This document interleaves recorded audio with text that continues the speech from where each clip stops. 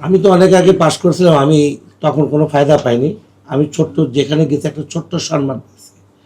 এই সম্মানটার জন্য আমরা গেছি। অনেকে কি আসে গেছে আমি জানি না, 30 লাখ 40 লাখ টাকা খরচ করে। বা আমি আজকে আপনাদের মাধ্যমে আর ইয়ের কাছে, ওই জায়েদ খানের কাছে আমি ক্ষমা চাই, কারণ এরকম একটা নির্দিষ্ট একটা মেয়ের জন্য আমি জায়েদ খানের এনটিতে নির্বাচন করছিলাম।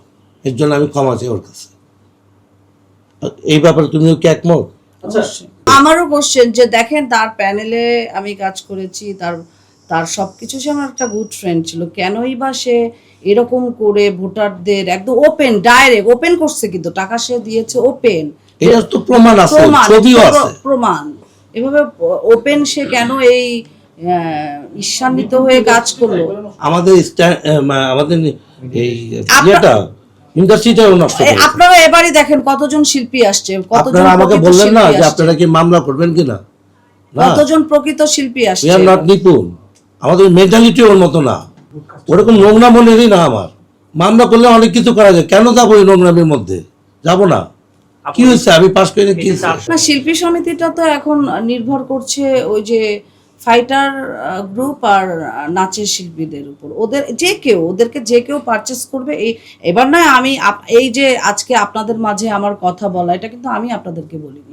আপনারা বারবার আমাকে রিকোয়েস্ট করছেন যে আপু, আপনার মতন একজন শিল্পী কেন এই রাগান্বিত হয়েছেন, আমাদের ক্লিয়ার করেন। আর দেশবাসী এবং ইন্ডাস্ট্রির অনেক শিল্পীরা, আমার তো 144 জন শিল্পী আমাকে ভালোবেসেছে, তারা আমাকে ফোন দিয়েছে। ফোন কালকে আমি এমন হয়েছে যে ফোন বন্ধ করে রাখতে হয়েছে। এই 144 জন জানতে চায় যে আপনি ফেল করছেন কেন? আপনি তো ফেল করার কথা না, আপনি তো মাঠ পর্যায়ের কর্মী, তাহলে আপনি ফেল করছেন কেন? তো সেটা এক্সপ্লেন করার জন্য আজকে তোমাদের অনুরোধে আমার এই সংবাদ সম্মেলনটা করা। আমি শুধু যারাই আমাকে ওই প্যানেলের ফোন দিয়েছে, বিশেষ সেক্রেটারিও আমাকে ফোন দিয়েছে, আমি শুধু বলেছি এটা গেম হয়েছে, আমার সাথে গেমটা না করলেও পারতে।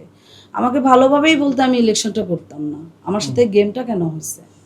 আমি তো একটা ইনোসেন্ট মেয়ে ছিলাম, আমি এখানে কাজ করতে এসেছি, আমাকে কেন ট্রাম্প কার্ড বানানো হলো?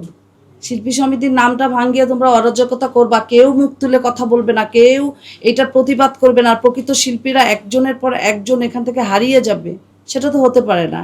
শিল্পী সমিতির বেসিক কি? এইসব কে? এখানে কারা আসছে শিল্পী?